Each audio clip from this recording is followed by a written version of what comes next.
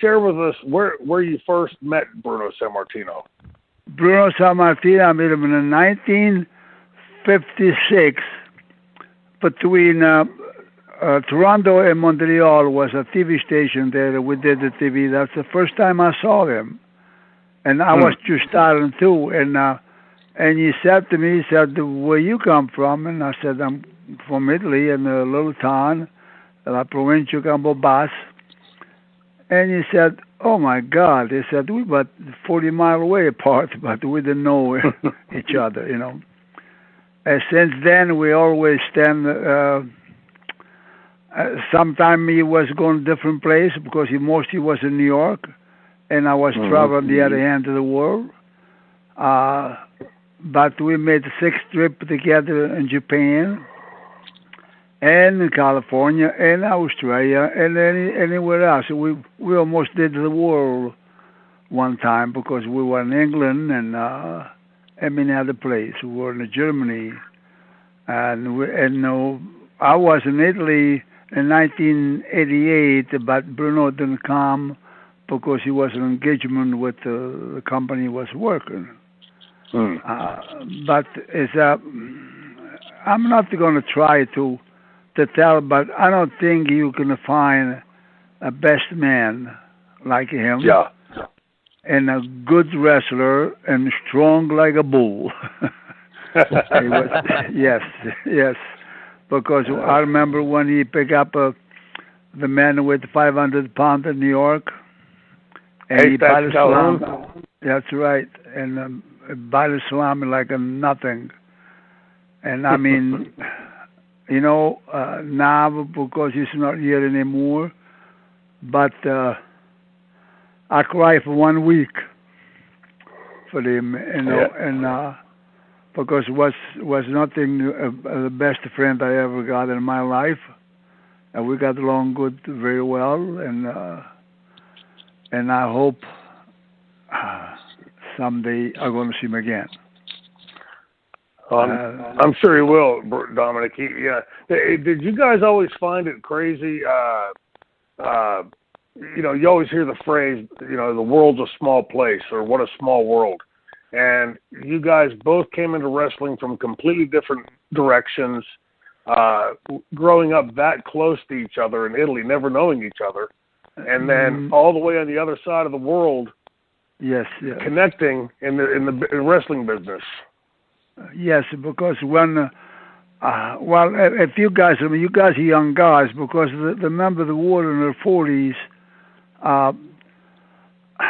we did the rough time with the war coming through. The little town where we come from, and where Bruno have to stay up in the mountain. My God, and you read a lot of the things that they did. The mother, what it was doing for to feed to the kids, and we did the same thing because we live on the farm. But when I decided to come to leave after the war, I told my dad I'm going to leave, and he said, "Where you going?" And I said, "I don't know, somewhere in America. I want to go in America." But I didn't have a chance to come in America because of the law, because Italy was against against the war with the United States and everything else. So I come into Canada, and that's where I met Bruno in Canada, in Ontario, and we've been friends since then. We always, but actually, a lot of time he helped me because when he left Australia, he said, "Where you gonna go now when you finish here?" And I said, "I don't know." And he said, "Why don't you come to New York?" Well, I've never been in New York. So I said, possibility. So when I finished Australia, I got back in San Francisco, and I called Bruno, and I said, I'm back in California. And he said, where are you going? Well, I said, I'm going to drive to New York. Is that when you drove all the way? I drove from San Francisco to Washington, D.C. Jesus. Wow, jeez. And now probably probably you can't believe. Sometimes I don't believe myself because when I left to San Francisco, I drove 1,000 miles, no stop, just drinking water, put the gas in the car. You don't eat or nothing,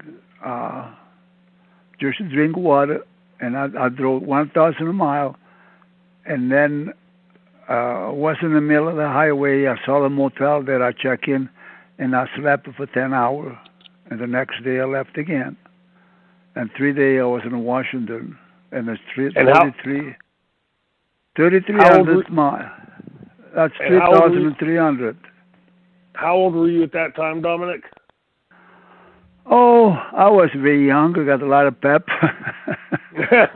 Well, had to. You had to for that kind of drive. I wasn't a 30, 35, you know. Yeah. I can do anything then, you know. I don't need to sleep a lot, and I was in good shape. When I came in, I was passing through Pennsylvania, and I called Bruno, and he said to me, "Where are you?" I said, "Well, I'm on the turnpike." Actually, at that time, we didn't call it a turnpike. I said, I'm going to be in Washington. He said, okay, I'll be there tomorrow. And when I got in Washington, I go to the hotel where they give me the address to go. That's where the office of Vince McMahon was. And I got there. And I met Vince McMahon. The next day, I go work out to the YMCA. When he get out of the YMCA, he's coming out. I'm going in. And he looked at me and he said, who are you? And I told him, I said, I'm Dominic Denucci. Oh, okay. He said, I'll come back to the office later. And then the next day, Bruno come in, you know, and I stayed in New York a little bit. But then we travel a lot. With Bruno, I travel everywhere, man. It was a pleasure. And Bruno was a man that couldn't do anything. The first time, one time I saw him in New York on a gym, bench press 500 pounds, and I said, oh my God. I said, for me, 300, it's enough, you know. I could do more. Yeah. Because he said, well, you got long arm, you can't do that. Dominic, the stories, you know, I've grown up hearing them in the business, but, you know, not just from you, but from fans around the world. Can you share a little bit with us? You know, you said about what a good person Bruno Sammartino was, but I've heard so many stories, people saying, what a gracious guy, what a classy guy, and I can speak from that from my own experience.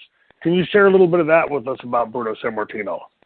Yes, Bruno never, when you wrestle or when you work out to the YMCA, wherever you're going, if somebody was coming, can it be a young guy, a young lady, or old lady, an old man who want an autograph, Bruno stop everything he does. He did sign the autograph to everyone. And that's, I mean, when we were on the street, not that when you wrestle, when you wrestle, you sign your autograph, but sometimes, like the New York, the Garden, you can really sign your autograph because after you finish, you go different way, you know. Right. But everyone, and that's Bruno got a good reputation because he did everything to make happy the crowd, the people, you know.